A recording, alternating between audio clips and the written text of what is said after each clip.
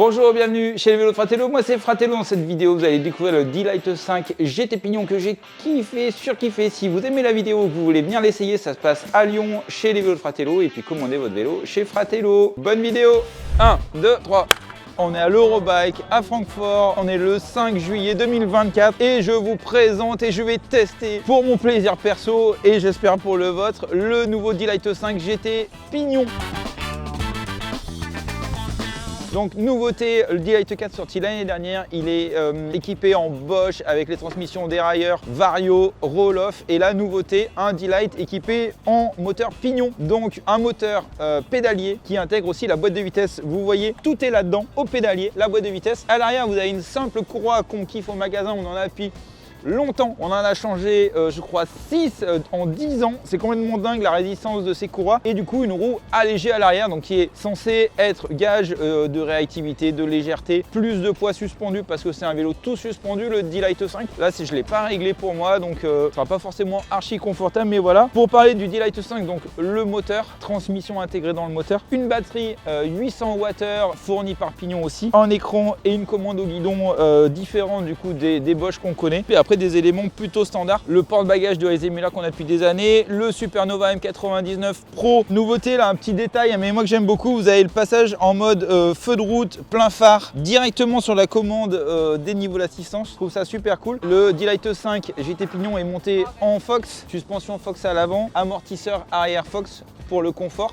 Donc c'est moi qui vous le règle au magasin quand vous viendrez acheter votre D-Lite 5 au shop. Petit jeu selle télescopique d'office, super pratique pour monter dessus. Vous voyez, pour enjamber, vous montez dessus, vous n'êtes pas gêné par la selle. Et après quand vous pédalez, vous remontez la selle, ça permet de rouler à la bonne hauteur. Alors moi qui suis bien grand, malheureusement le vélo n'est pas forcément à ma taille. Et là je vais vous montrer, si Julie elle peut venir un petit peu par là, le nouvel écran. Donc ça c'est un écran, c'est le grand écran. Vous avez un modèle avec un mini écran là qui correspond au Purion si vous connaissez la gamme Bosch. Vous avez un écran compact qu'on n'a pas ici et là vous avez l'écran confort qui est super grand avec plein d'informations. La batterie est à 50%. Donc vous voyez avec les 50% de batterie, on voit qu'en mode fly on a 37% d'autonomie. Évidemment l'info de l'autonomie dépend, j'imagine, de la manière dont il a été roulé précédemment et suivant le mode, si on passe en mode éco, là il vous annonce carrément 82 km d'autonomie avec 50% de batterie. Donc à prendre avec des pincettes, mais voilà, c'est intéressant. Vous avez la commande ici où vous pouvez changer les informations. Vous voyez la distance totale du vélo, le temps de parcours, l'altitude, on est à 48 mètres d'altitude apparemment, la puissance en watts, la cadence de pédalage, la consommation en kilocalories, encore une altitude moyenne peut-être, la pourcentage de pente, la température extérieure. Ouais, on est en plein mois de juillet, vous voyez il fait 18 degrés à Francfort. On a la navigation avec l'appli Fit, c'est-à-dire on va balancer, j'imagine, la trace sur l'écran. C'est super cool.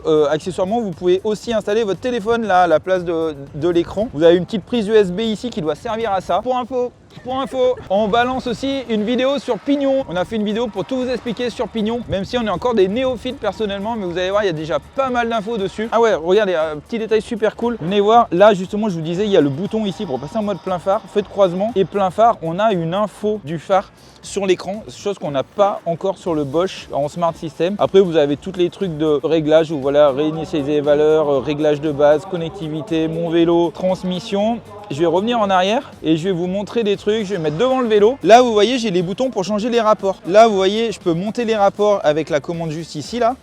Je peux monter les rapports et les baisser là, vous voyez, ça s'affiche ici. Et si je fais un appui long sur ce bouton-là, vous allez voir sur l'écran, au bout de 3 secondes, je vais passer en mode automatique. Il y a le mode automatique, le 80 là, vous voyez, je peux le changer en appuyant sur ma commande là à droite et ça me permet de changer ma cadence de pédalage automatique. Donc on va rouler d'abord le vélo en mode manuel et puis après on va passer en mode 100% automatique où en fait les vitesses vont se passer en fonction de la cadence que j'aurais définie ici. La cadence, pour ceux qui ne savent pas, c'est votre vitesse à laquelle vous faites tourner les manivelles sur le vélo.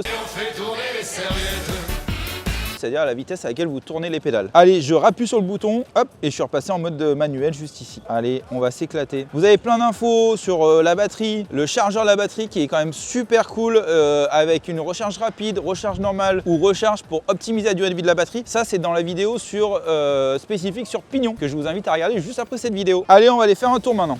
Aïe. Ok, donc là je suis en mode, j'ai mis le mode qui bourrine, hein, le mode fly, parce qu'on va pas s'embêter. Et il crie au moment où je passe lui. Ok, donc là on change de vitesse. Ce que je vais faire, c'est pour vraiment checker la qualité de la boîte de vitesse. Je vais pas m'embêter, je vais jamais arrêter de pédaler avant de changer de vitesse pour voir si vraiment on a l'agrément de conduite qu'on cherche. Donc avec le petit bouton, le premier bouton que j'ai sous le pouce, je peux facilement rétrograder. Et là du coup je rétrograde, je suis en pleine puissance vraiment, et je rétrograde vraiment simplement. C'est super agréable. Je vais essayer de monter un rapport. Ouais, ça monte aussi nickel. Là on est sur vraiment les petits rapports, mais ça monte tout. Ah ouais, là j'ai senti entre la 4 et la 5, j'ai senti quand même un beaucoup plus gros gap. Là je vais monter les rapports un petit peu si on est sur le plat. On roule pas trop vite. J'aimerais bien comprendre comment fonctionne la boîte. Franchement les rapports ils marchent nickel. Je suis pas en train de bourriner trop non plus. Je vais essayer de baisser le niveau d'assistance pour bourriner, appuyer un peu plus. Ouais, franchement, les vitesses, elles passent nickel. Il n'y en a aucune. Voilà, je suis sur la 12. Là, je vais essayer de rétrograder. Non, franchement, les vitesses, elles passent toutes. Il y a des fois où on sent qu'il y a des plus gros gaps entre les vitesses.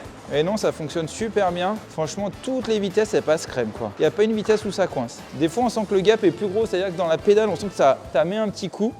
Mais sinon, ça marche très très bien. Bon, là, j'ai pas d'assistance. Je suis sur mes freins. C'est les freins TRP 4 pistons, il n'y a pas de souci. Le vélo est archi confortable. Il est pas trop mal réglé pour moi. Il est un peu raide. Je suis pas forcément assez haut sur le vélo. Malheureusement, c'est pas forcément ma taille celui-ci. Ah bah oui, c'est le petit cadre. Je vais remettre le mode éco. Non, ça va super bien. Hop, je vais remettre le mode un peu plus élevé. En même temps, on fait des vidéos, alors on essaye de pas trop rouler vite. Et là, je vais passer le mode fly. Je vais aller à fond. Et je vais essayer de dépasser les 25 km/h, les fatidiques. Ouais, ça le fait, ça le fait. Bon, on est à 26, je me souviens, dans la ligne droite. Peut-être j'étais en meilleure forme, mais j'étais plutôt à 30. Mais là, je suis à 26, 27. Attends, le vélo est vraiment pas à ma taille. On peut largement rouler au-dessus des 25 du niveau d'assistance. Il n'y a aucune résistance au pédalage. Il y a évidemment le moteur en mode speed bike qui doit être super cool. Malheureusement, il n'est pas laissé là sur l'Eurobike, mais ouais, c'est cool. Maintenant, donc là, je vais appuyer sur le bouton du haut longtemps. Je passe en mode automatique. Là, je suis à 75 tours par minute de cadence de pédalage. Là, j'ai toujours le niveau d'assistance et c'est toujours là où je peux monter ou baisser les cadences de pédalage. Je vais mettre à 70. En général, les constructeurs de moteurs, ils recommandent entre 60 et 80. Je vais mettre à 70 puis je vais adapter un petit peu. Je suis en mode fly. On va voir un petit peu ce que ça donne. Les vitesses, elles passent toutes seules. Ça ne me demande pas du tout quand est-ce que j'ai envie de monter les vitesses, mais elles passent crème. Je vais même baisser un peu l'assistance. Je suis en mode fly, le mode le plus élevé. Oula, là, j'ai eu un petit trou quand même. Hop. Ah, c'est rigolo, vu qu'on ne sait pas à quel moment on va changer les rapports, ça fait un peu bizarre, des fois on se fait un peu surprendre. La plupart passent très bien. C'est un peu déroutant au début de se rendre compte qu'on entend un petit bruit dans le moteur. Quand ça change la vitesse, on sent la commande mécanique qui change les vitesses. Mais franchement, c'est cool. Je vais même baisser le mode assistance. Là, vous voyez, depuis que je fais la ligne droite, ça n'a pas avancé. Je vais baisser la cadence de pédalage pour vraiment cruiser. Vraiment, là, je me suis mis à 50 tours minute, donc normalement, c'est pas assez. Ça me permet vraiment de pédaler, mais tout doucement. C'est cool. Et si au contraire, je monte, vous voyez, je me mets à 80. Là, par contre, ça m'a changé 2 ou 3 vitesses là. Et là, effectivement, je mouline pas mal. Voilà, donc c'est cool parce que vraiment, vous pouvez adapter la cadence de pédalage en fonction de votre ressenti du moment, en fait. Je trouve ça important. Et c'est très, du coup, c'est archi facile de changer la cadence, c'est instantané avec les commandes. Et l'avantage, c'est que voilà, quand vous démarrez, quand vous allez sortir de chez vous pour aller taffer par exemple, ou quand vous démarrez une balade, vous n'avez pas forcément envie de pédaler comme un hamster. Et au contraire, ça sera peut-être le cas sur quelques portions quand vous serez bien chaud. Donc effectivement, pouvoir changer la cadence de pédalage à n'importe quel moment de manière instantanée, je trouve ça super cool. Là, je suis toujours en mode auto. Ouais, il m'a mis un creux là. Hop, je suis en train d'accélérer, du coup, il me change les vitesses. Je pense que le mode automatique, c'est un bon truc pour cruiser, c'est-à-dire vous voulez pas vous prendre la tête, vous êtes en mode à la cool. Quand vous voulez attaquer, c'est un peu bizarre quand même parce que du coup, vous êtes en phase d'accélération, mais d'un seul coup, il y a la vitesse qui change, donc forcément, il y a quand même un petit à-coup, un petit truc qui se passe. C'est clair que c'est assez déroutant. Enfin, pour moi, c'est déroutant comme ça sur les premiers roulages. Ah, je vais baisser beaucoup, je vais faire un truc un peu naze. Je vais baisser à 60, je vais mettre un mode fly quand même. Et on va voir si... Oh bah non, ça...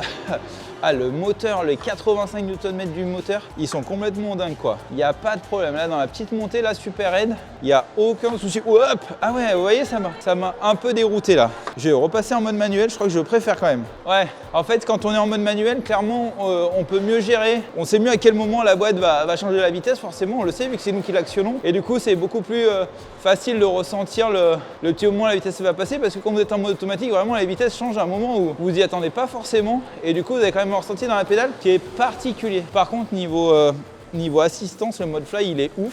Et ouais, très très cool. Donc vraiment, franchement, les deux modes sont intéressants. Je trouve très différents. Mode manuel, si vous aimez, vous avez un peu envie d'attaquer et tout. et le mode automatique sur les parcours chill, on va dire, ça peut être cool. Ok, première sortie du D-Lite 5 avant de pouvoir vous le faire essayer au magasin. Franchement, je kiffe. Alors, le D-Lite 5, les mêmes qualités que D-Lite, premier du nom, le deuxième, le troisième, le quatrième, c'est super. Là, la nouveauté, c'est clairement le moteur. Des premiers essais, franchement, j'adore. Alors, en termes de bruit, on va dire c'est le même son qu'un Bosch CX. Quand on change les vitesses, on entend un petit bruit mécanique. Un peu comme sur le roll-off, j'aime beaucoup le pignon. Clairement, il vient très bien en complément du Bosch. Pas envie de l'appeler forcément game changer par rapport à du Bosch. C'est pas parce que c'est une nouveauté que c'est forcément mieux que Bosch. Je pense juste que c'est différent et c'est très agréable. La commande séquentielle est archi bien faite. Vraiment, le changement de rapport en mode manuel, j'ai trouvé très cool. Et en mode automatique, je pense que c'est à réserver pour du mode cruise. C'est-à-dire quand vous allez faire par exemple la Via Rona, vous voulez cruiser sur des kilomètres et kilomètres, vous n'avez pas envie de vous embêter, vous voulez apprécier le paysage. Le mode automatique est génial pour ça. Surtout, vous pouvez régler la cadence de pédalage, donc vraiment vous pouvez régler le confort en instantané, je trouve ça super cool. Et le mode manuel qui reste indispensable, je pense, quand vous allez attaquer dans certains passages, quand vous êtes dans des montées, etc., et que vous voulez plus de précision, et bien justement ne pas se faire surprendre par la boîte automatique, c'est quand même assez cool. Voilà, j'aime beaucoup. Il arrive au magasin fin 2024 le vélo avec le Homage 5. On a aussi le Super D-Lite 5 qui arrive avec 2 batteries. Donc venez les essayer au magasin. Ces 3 vélos, c'est des vélos d'exception chez Rise Muller. Vous allez trouver forcément chaussures à votre pied si vous voulez partir au bout du monde ou juste pour un confort incroyable au quotidien. Venez chez Fratello pour essayer la nouvelle gamme 2025 de Rise Muller. Abonnez-vous à Picsou Magazine, abonnez-vous à notre chaîne Les Vélos de Fratello, mettez un pouce, mettez des commentaires, j'essaie d'être plus réactif maintenant, je vous promets, je fais au mieux. Allez, on y va, on nous attend. À bientôt. Ah, il y a une guêpe. Ouah. Je me suis.